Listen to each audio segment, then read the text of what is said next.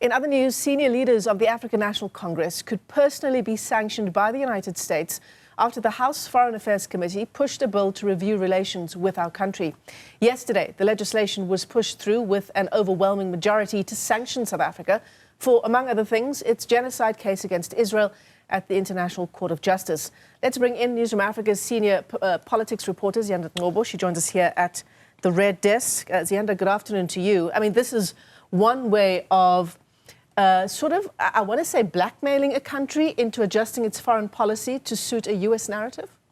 Yes, and we anticipate that this is likely to be the, reaction or interpretation of Pretoria. We're still waiting to get a formal response from them. But this bill was initially, you'll remember, Michelle, it was in April where Ronnie Jackson, the representative of the Republicans, actually put forward this bill. And at the time, it's a 15-page bill.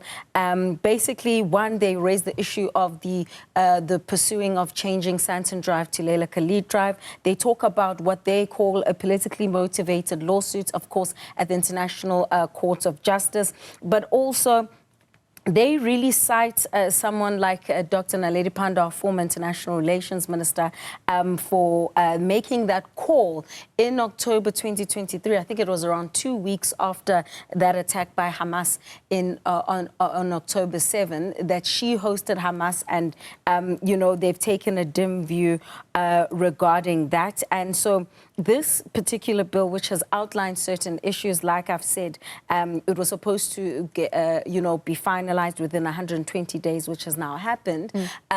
It has now been pushed through with an overwhelming majority. I think it was 31-19, the votes. And of course, it still has to go through the House and the Senate before it becomes law and before it can be assented by Donald Trump. But certainly, insofar as the ANC leaders, the leaders that we can anticipate would be personally sanctioned is Dr. Naledi Pandor, Ibrahim Rasool. They say that Ibrahim Rasool, who was appointed as U.S. ambassador, had also hosted Hamas during his time as Western Cape Premier in 2020.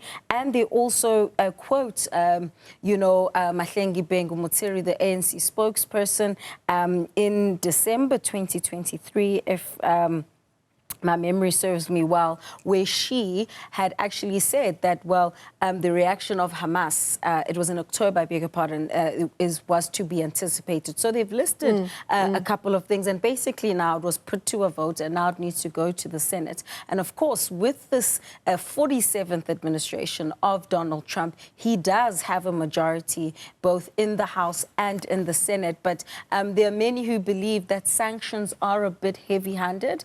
Those who are opposed to this bill, and they believe that it might be disproportionate, especially because of, the trade relations between the two countries. Yeah, but the question, I suppose, is just given how the split in yesterday's majority vote was, the question is, will the people who believe that sanctions are too harsh a response, will they have the numbers?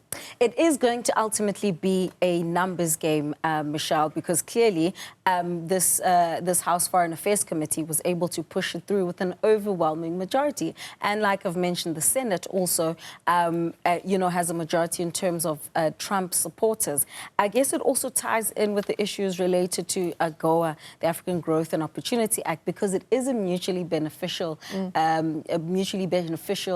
agreement between the two countries. And so for those who are opposed to it, they feel that, well, you don't want to also upset South Africa, to that extent, is because there's also a much larger context, because those who are in support of the bill have also chastised our government for what has seemingly been foreign policy leaning towards authoritarianism.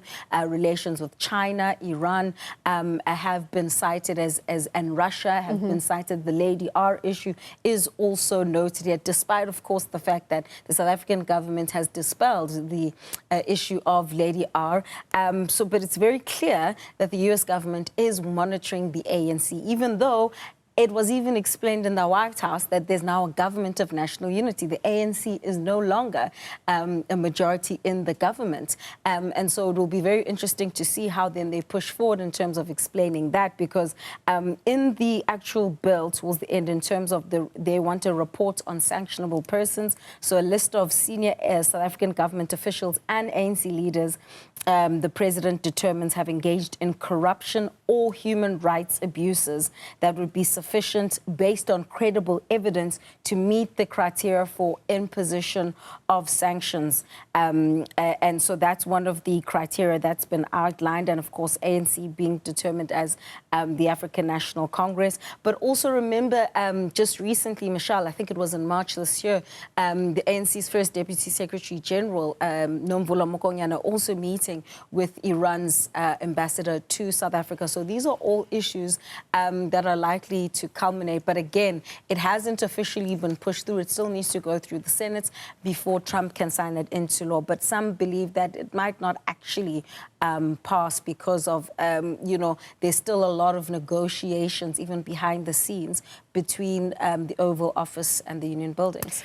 Yeah, and I mean, in terms of those negotiations, AfriForum has, and I imagine this won't come as a surprise, has welcomed the approval of this bill, particularly the fact that it targets ANC leaders. Yeah. Solidarity, excuse me, the other group, civil rights group, lobby group, some say right-wing group, said it was planning to visit the US again to meet with Jackson, the Republican who brought the bill to the House, in the run-up to the final vote in Congress on the bill. Yeah. Back then, you said it's been 100 days now since 120, yeah, 120 days. It yeah, was so, the 3rd of April. So we had response from the ANC back then, and from the presidency as well, about its take on this, whether it would be sanctioning organizations like AfriForum and Solidarity. What did the ANC, what did the presidency say back then? I mean, the presidency's line has been consistent. Their doors will remain open to negotiation, and that the relationship between South Africa and the United States remains important. But this action from Solidarity and AfriForum, I mean? Yeah, so I mean, there was no clear stance, much to the irritation of many South Africans to say, but what, you know, action can be taken? Of course, I believe there is an investigation underway, if my memory serves me well, by the Hawks into some leaders of AfriForum, and there was that whole debate on whether or not their behavior constitutes as treason, and now we know that it doesn't necessarily, by definition, constitute as treason. But there has been lots of talk about how even parties like the DA, the second biggest GNU partner, consistently undermine the foreign policy of South Africa. And of course, there's been talk about how, well, foreign policy, now that there's a government of national unity, needs to be reviewed, because it cannot only be the ANC-leaning views that are dominating what the government's foreign policy stance is.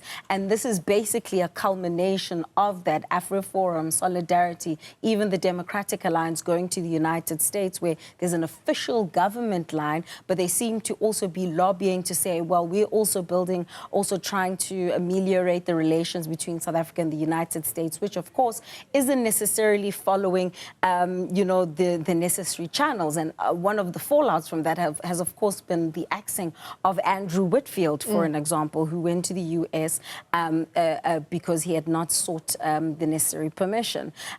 So insofar as being able to sanction these organizations, many have argued, well, the ANC also used to lobby countries when they were still banned by the apartheid government. It might be a false equivalence, but I'm just saying that that's also, you know, some of the arguments that have been put on the table to say, well, you can't necessarily take punitive measures against organizations who have their own autonomy going to the US government. It becomes a problem, of course, if now, you know, if you're using the South African flag, or if there's certain protocols that you breach per se. But there is certainly something to be said about how there's been an undermining of the current, you know, foreign policy perspectives and whether or not that discussion on the GNU coming up with resolutions needs to be resuscitated. Yeah, it's the latest in a long line of issues between South Africa and the US, right? Don't forget the group of white farmers that were also granted refugee status some months ago. I imagine there are many discussions taking place in the background, Ziyanda, particularly with perhaps South Africa's envoy, special envoy to the US in Kobisi Jonas. So just a quick comment on that. Yeah, absolutely. Remember, I think it was a week or so ago, it's just been over a week, where the Democratic Alliance was actually saying that, well, Kobisi Jonas has been denied status, a visa, a diplomatic status in the United States because they would have raised it ages ago. So we'll have to see whether or not that also doesn't form part of the larger discussions that still need to take place. Ziyanda Ngcobo, thanks for coming in. A short breather for you. I'll be back in just a moment.